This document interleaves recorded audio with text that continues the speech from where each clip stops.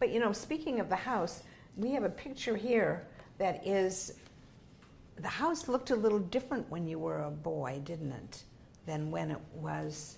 Well, this one is a picture of who? Who is that? That's Orion Hartley. He's 16, 17 years of age. Mm-hmm. And this was the front porch of the Hartley House. But either the strong wind or I think it was a later hurricane. Mm-hmm. And it just took, it just wiped that right off. Mm-hmm. So they just cleaned it up and didn't rebuild it. Mm-hmm. So it was a nice porch with a and overhang. that was right on the front, and it was facing Curlew Road. I see, right. And if you looked at this literally, right about here would be the front steps. Okay, right. So those are the first two windows that we see that are off, that are still there, of course, and that we see in as we face the Hartley House from Curlew Road. Right. So, when you were a boy, what did you do for fun? I mean, did you go swimming? You talked about working hard, and everybody had their obligations and chores and so on to do. But what did you do for fun? John Jones, who moved in by the time I was 10 years old, he taught me to throw a cast net. But I had already learned to go, and Alfred Boyd let me and Grandpa go fishing anytime we wanted to in that lake. But he wouldn't let anybody else. And we caught big bass, and I fished in salt water. I knitted my own cast net, and that took forever because that's a lot of knots to tie. But I made it. It was 6 feet long, and I was only about yay tall, and it took all I could do to throw that 6-foot cast net. But I'd catch mullet, and that's a funny thing because I'd be coming home on my bicycle with my cast net and mullet on this side, and Grandpa'd see me coming, and boy, he'd take off for the house to get his mullet net. He loved fried mullet. Mm-hmm. He just loved it. Mm-hmm. And Grandma would always Mother and Grandma were always fixing grits and a vegetable, and give him 2 big pieces of mullet because Grandpa had a tremendous appetite. Mm-hmm. Mm-hmm. When you talked about Al Boyd letting you fish in the lake, what lake are you talking about? Well, he has 3. Uh-huh. And we could fish in any of the 3. Okay. Which ones were they? Do you remember? I mean, were they over on the other side of 19? The first one you get to after you go across 19 on Curlew Road, mm-hmm. you turn a little bit this way, mm-hmm. and that first lake, mm-hmm. Mm-hmm. that we caught the biggest ones there. Yeah, that's a beautiful lake, actually. Oh, it's beautiful. I love to go it's there beautiful. and see and it's that. full of bass. Mm-hmm. Hmm. Do you remember other things that you did for fun? Did you play baseball or any other sports? Did you have a big swing on your property that you? Sally, that was really a sore spot because for kids, we couldn't do anything. We couldn't join clubs in high school or junior high or anything like that because we're 9 miles from the high school, and how are we going to get home when we have to go to a night meeting? Mm-hmm. Mm-hmm. I wanted to, Mildred Turner, my Spanish teacher, I took 2 years of Spanish, and she begged me, Philip, because I made good grades, and she says, you make good grades, can't you come to our Los Gauchos meetings? Mm-hmm. I said, Miss Turner, I can't, I don't have any way home. Oh, she said, let me work on that. But she never could find anybody that was coming my way, you know. Mm-hmm. And they only had 1 meeting a month, but still, I would have liked to have joined, but we couldn't, none of us. Helen, she faced the same thing. Ann faced the same thing. Dick, the same thing. We just lived. 9 miles, and that's too much to try to hitchhike at 9 o'clock at night. Right. You know. Hitchhiking was a way to get around in those days, though, wasn't it? Yeah, yeah. Of course, I had a bicycle. I just went everywhere on a bicycle. Right. Now, you asked me about sport, what I did for sport. I'm going to tell you. Yeah. Okay. Now, this is the truth. When I was about 8 years old, I got a BB gun. And oh boy, that was fun. And Bill Pulaski, he had got one about 6 months before me. So I had to get one. So we discovered that we could lay down out on the middle of Curlew Road, and there'd be 100 dragonflies above us. And we'd take that BB gun and shoot and shoot and shoot. Every now and then we hit one, and he'd spin coming down. And that was great sport. But we could lay there half an hour and there wouldn't be a car. That's a good point. Couldn't do that today. No cars, just wide enough for 2 cars. Couldn't do that. And when you laid down late in the afternoon, the road was hot from the sun in the day. Yeah. Listen, you could ask Bill Pulaski; he'll tell you. I'm sure you would. That was a great sport. Right. Where? I'm sorry, I forgot what I was going to ask you. Oh, where did you go swimming? I mean, I Slippery assume Log. Okay, which was Curlew Creek. That way in Curlew Creek.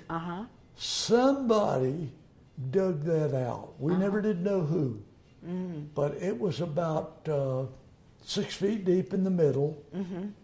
It was a little wider than this apartment, and it's about a little longer than this apartment. But it was like a swimming hole. Oh yeah, it was dug out, so it went had right some down depth. to 6 feet deep, and the water was coming in this end and going out that end. That's great. And we swam in that constantly. Ralph and Gladys Jones, all of the neighbors that had built houses and moved in. Phil, let's talk about holidays. What do you remember about a favorite holiday? Was it the 4th of July? Was it Christmas? Was it Thanksgiving? Halloween? Easter? What do you remember about holidays as a child? I'm talking about particularly. I usually got, for a Christmas present, I usually got what I would like to have. And when I got that BB gun, my mother, it was a used one, and she only paid $5 for it. But $5 was a lot of money then. Yeah. But I think, Sally, that I enjoyed the food on holidays more than anything else. Because, boy, I tell you, Mother and Grandma, they would put on a spread.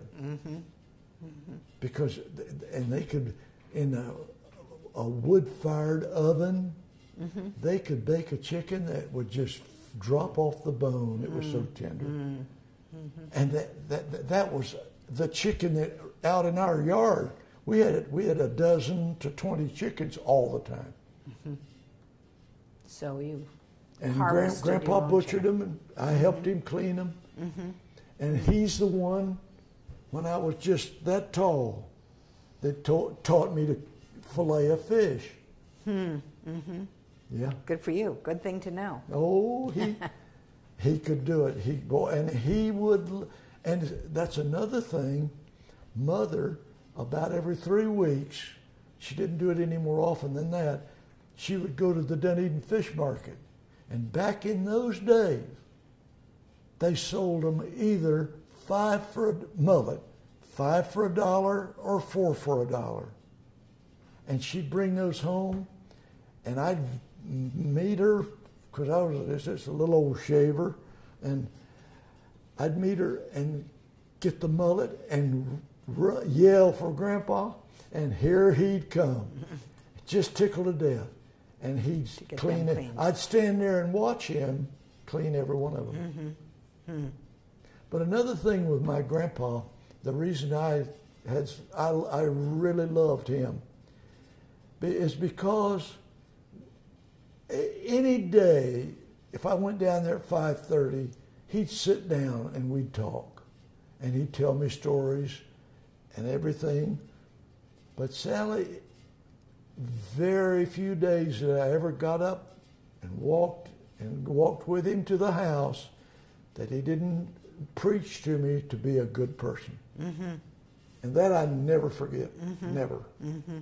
Let's talk about this picture of you when you were kids. Yeah. You probably were maybe 7 years old. 7? 7. Okay.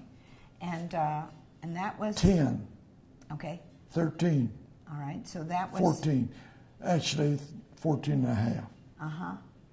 Richard or Dick was 14 and a half. This I forget now again the order. That's Helen? Helen. Uh-huh. And that's Ann and you. Right. Oh, what a nice looking picture that is. Very, very lovely. I'm glad we got this. I'm glad you got it too. But then you've got another picture that it's a more current picture that was taken maybe, I don't know, 8 or 10 years ago. Little age difference. Yeah, a little bit different, but still lovely. Frank Pulaski. Frank Pulaski, who's now gone. We're sorry. Listen, Peggy has a younger sister who graduated from the University of Florida as a school teacher. Mm-hmm. She taught in Sumter County. Mm-hmm. She didn't like it. She went back and petitioned to go to dental school. Mm-hmm. She was the second female that ever went to the Florida Dental School. Wow. Uh-huh. And she's getting ready to retire. That's how long ago it was. Her name's Linda. Mm-hmm. She lives in her practice and she lives in Longwood, Florida. Mm-hmm. I know you know where that is. Sure. All right. Now that's Peggy's younger sister, Linda. But this is Peg in the picture, and her last name is Wolf. Is that right? Right. Right. And then that's your dear sister Helen. Yeah, she's my apple of my eye. Helen Barry Camp. Right. We've had a chance to talk to her too, so that's fun. But you know what? We've gotten lots of new stories from you, and then there you are. Yeah. So great picture. Love that.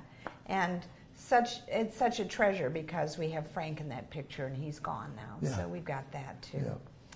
But we also have a picture of your grandmother and grandfather, and this looks like maybe that was about that? What? I remember tying that tie. You do? Sure. And your grandmother was wearing a corsage, so maybe it was a special event. Yep. It was a holiday. That was the 50th wedding anniversary. Oh, their 50th wedding anniversary. Yeah. I think it's on the back. Oh, okay. No, we ought to put that on there. I will. I'll be sure and mark that on there because that's really special. Well, I think we've gotten a chance to look at all the pictures. I do love this adorable picture though with the one with the car in the background. And again, tell me who that is. Bought Mother a Model A. Oh, no kidding. I not heard that story. That's what she drove. Mother went 2 years to the University of Florida. I see. At college age. Mm-hmm, mm-hmm. And she taught school for I think about 2 years, and they crashed. Her education wasn't high enough. Mm-hmm. That's when the situation with the red brick school came about. She had the chance. She got a job. She needed a job, even though it was $12 a week. Mm-hmm. When she became the manager, it was $17 a week. Mm. But with the income that Grandpa had and the income that Mother had, I don't know of many things that we lacked, except we just had problems, getting a good bath. Right. But you just did the best you could. Sure, of course. So let's go through again who these are. So, of course, you were the littlest one in this picture, standing up against that Model A. Right. I tell you how you can remember. Ann is the brunette.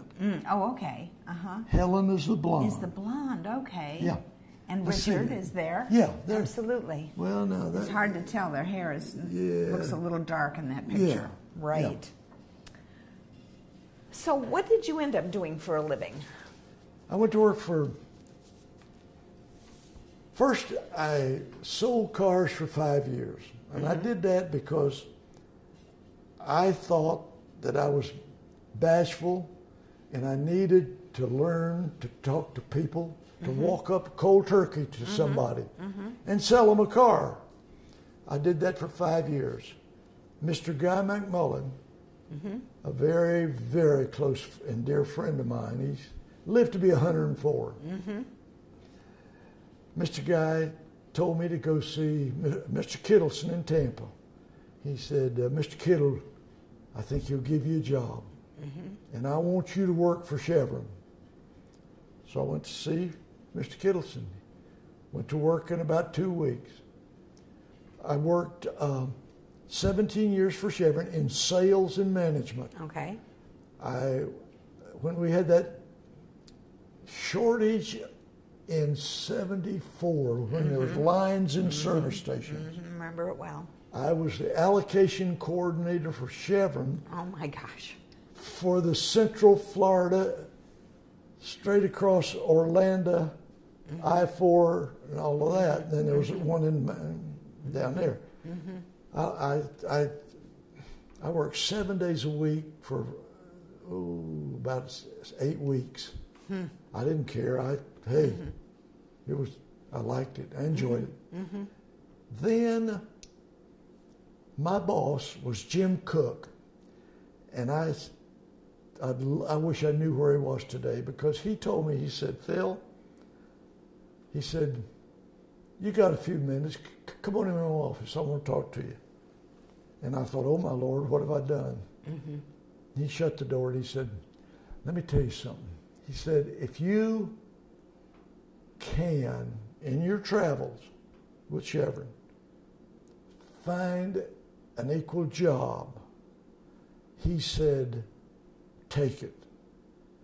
He said, I am resigning next week. I'm going to become the jobber, the Chevron jobber at Tampa.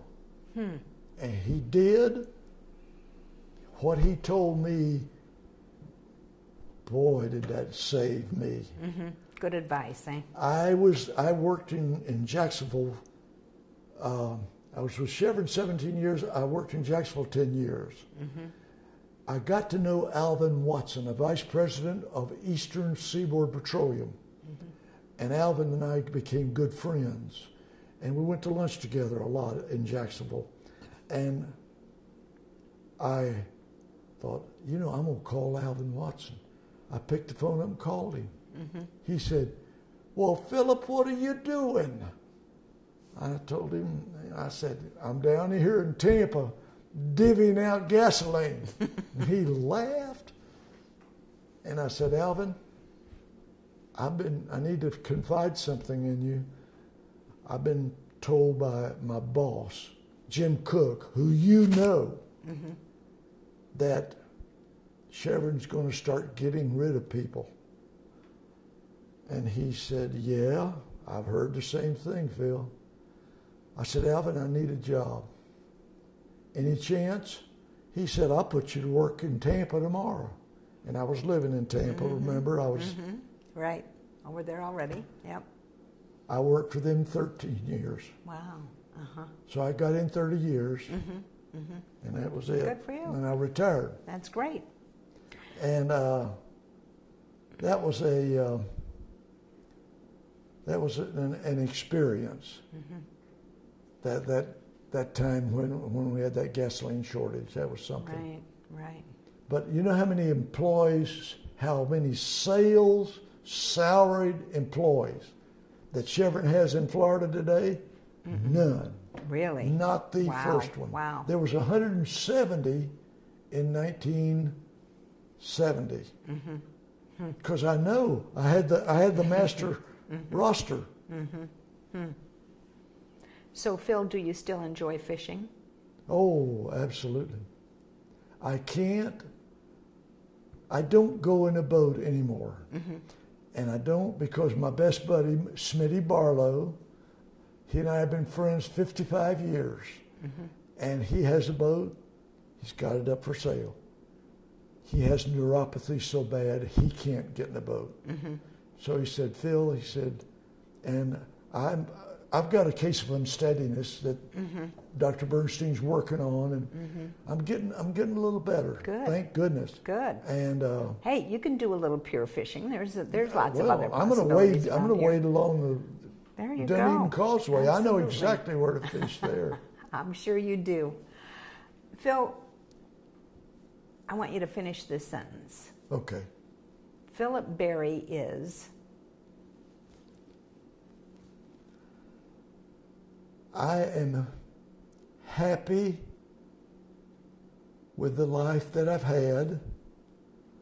I have no regrets living 26 years in the Hartley House.